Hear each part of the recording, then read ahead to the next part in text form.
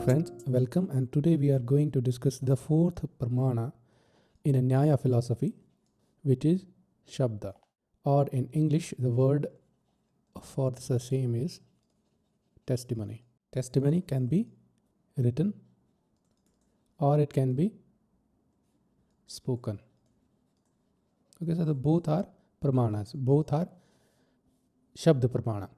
So whenever we listen to someone, whenever some text we are reading, so that is a Pramana, that is a source of knowledge. But do we believe everything which everyone says? No. So we believe only things which is coming from a trustworthy person.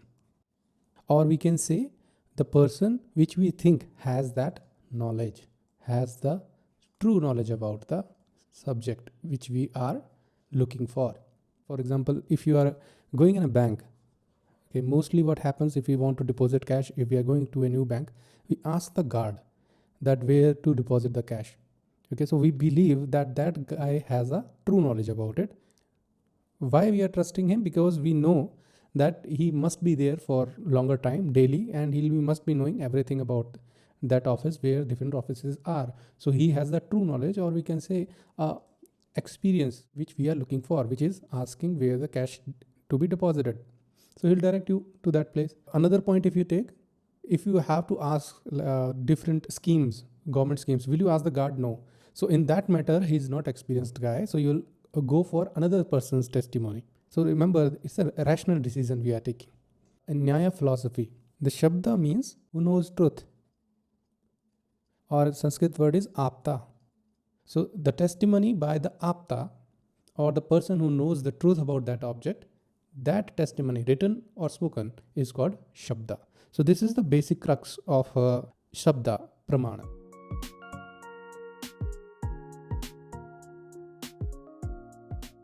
Now we discuss validity of Shabda, or we can say the steps involved in Sabda Pramana. So it consists of 3 steps. The first, the most important, is the statement by the trustworthy person. The second is association, or associating words spoken or written to its meaning. And third step is getting that knowledge. So the first step is statement from a trustworthy person, the example we have taken. So the person which we believe have experience in telling that, or experience of the object which we are looking for. So from that person's statement, written or spoken, is called Shabda. So that is the first step. So that should be there. The second thing is association words with its meaning. Now, for example, if I ask a guard and he speaks in a different language which I don't understand, so will I be able to associate words to its meaning? No. That will be just a sound for me. So that will not be a valid Shabda.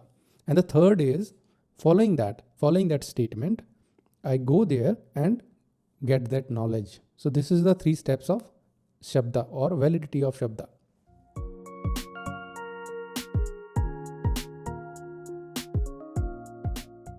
So now we are discussing what are the different kinds of Shabda. Okay, so they have been classified into 2 ways. Okay, the first is depending on their source, from where the Shabda is coming. Second classification is on the basis of nature of the object.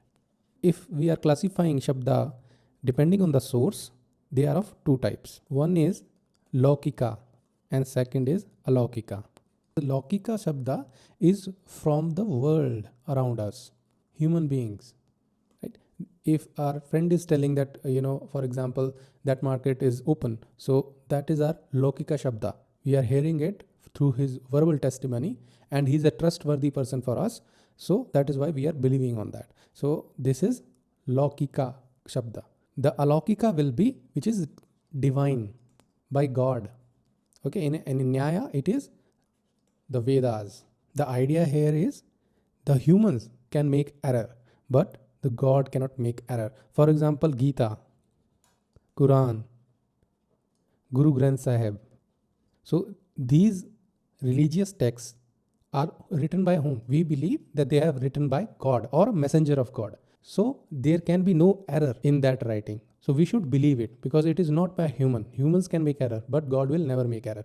So that is why it is called alaukika. In nature of the objects classification, we see two kinds, drishtartha and adrishtartha.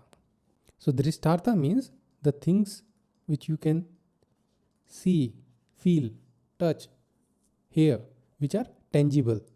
Okay, and adrishtartha means the things which are intangible. For example, let's quote one example for drishtartha. My pen is black. And I'll give you one adrishtartha testimony or shabda, which is honesty is the best policy. Okay, so my pen is black. You can see it, right? You can verify it. You can perceive it. So you can have a pratyaksha about it. But if you see the second statement here, honesty is a concept. You cannot touch it. You cannot perceive it. So it is an intangible one.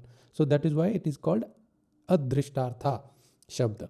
So this was the basic sense of shabda testimony. See you in the next video.